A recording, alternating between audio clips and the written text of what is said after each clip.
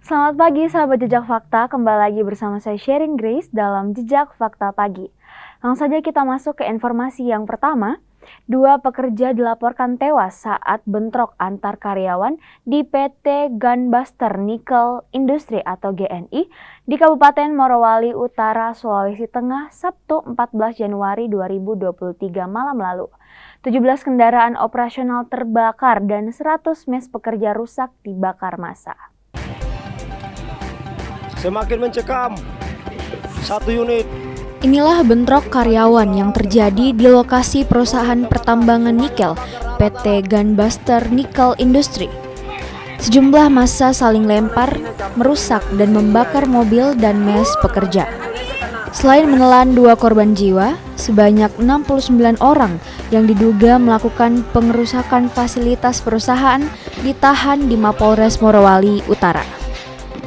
Kabid Humas Polda Sulteng, Kombes Pol Didik Supranoto mengatakan, sebelum terjadi kerusakan, terlebih dahulu dilakukan aksi dan pertemuan antara karyawan yang tergabung dalam Serikat Pekerja Nasional atau SPN dan pihak perusahaan.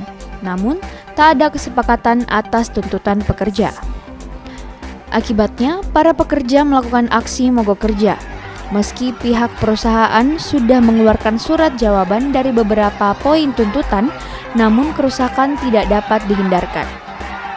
Namun pekerja tetap melakukan aksi mogok kerja tanpa menunggu hasil mediasi. Pekerja memaksa masuk ke daerah GNI untuk mengintimidasi pekerja lainnya, hingga terjadi kerusuhan antara pemogok kerja dan pekerja yang merasa terintimidasi.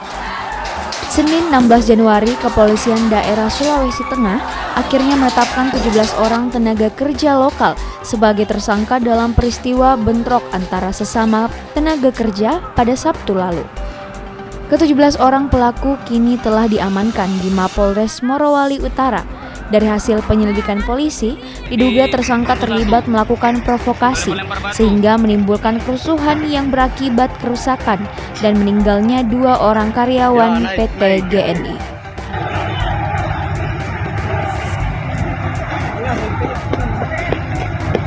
Kita beralih ke informasi selanjutnya.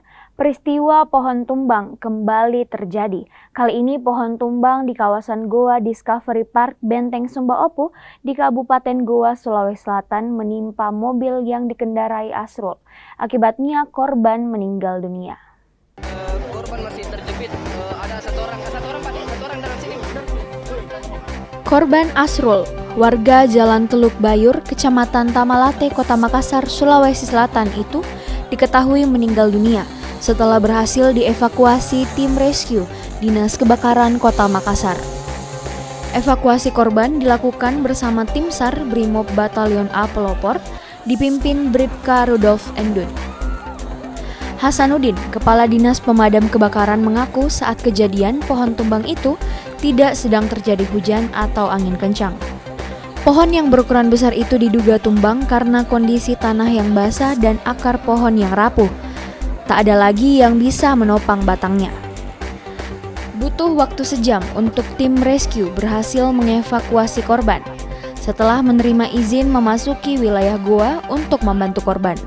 Sementara itu di Kota Makassar, berdasarkan data Dinas Lingkungan Hidup Kota Makassar, terhitung sejak 2 hingga 5 Januari 2022, tercatat ada 46 pohon tumbang.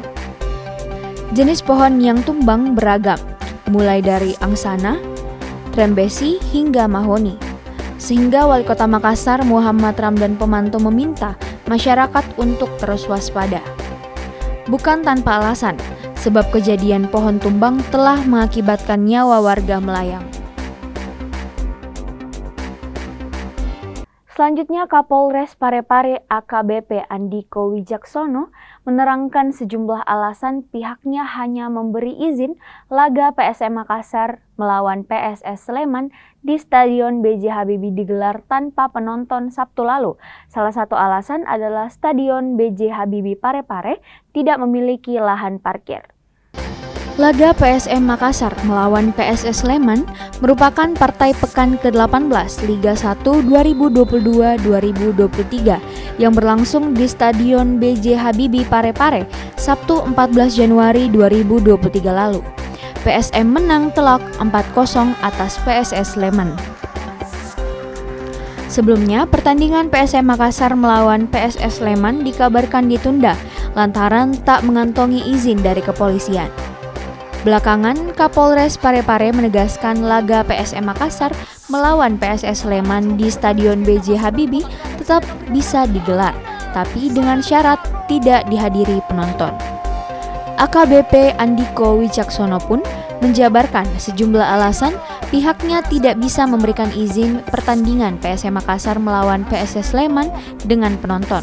Selain mengacu pada instruksi Presiden Joko Widodo pasca tragedi Kanjuruhan, seluruh stadion diaudit ulang. Dari hasil audit, Stadion B.J. Habibie yang menjadi markas PSM Makassar dinilai belum layak. AKBP Andiko mengatakan secara detail hal-hal yang dianggap kurang layak, seperti misalnya lapangan parkir. Habibie, yang mana pertandingan tersebut berskala nasional, apakah dapat diberikan izin atau tidak? Nah, jawabannya per hari ini pukul lebih kurang 14 lebih 10 WITA. Tadi kami mendapatkan kabar bahwasanya Stadion Gelora B.J. Habibie dapat melaksanakan pertandingan dengan syarat tanpa dihadiri oleh penonton. Tak hanya itu, faktor lainnya yang masih kurang dari Stadion B.J. Habibie yakni belum adanya akses atau jalur keluar masuk yang terpisah antara pemain dan penonton. Walaupun demikian, keputusan ini bersifat sementara dan masih bisa berubah pada pertandingan selanjutnya. Andiko menghimbau kepada supporter dua kesebelasan agar tidak memaksakan diri untuk datang ke Stadion B.J. Habibie Parepare. Nah, itulah dia berita dari Jejak Fakta Pagi. Update terus beritamu di Jejak Fakta Pagi. Sampai jumpa.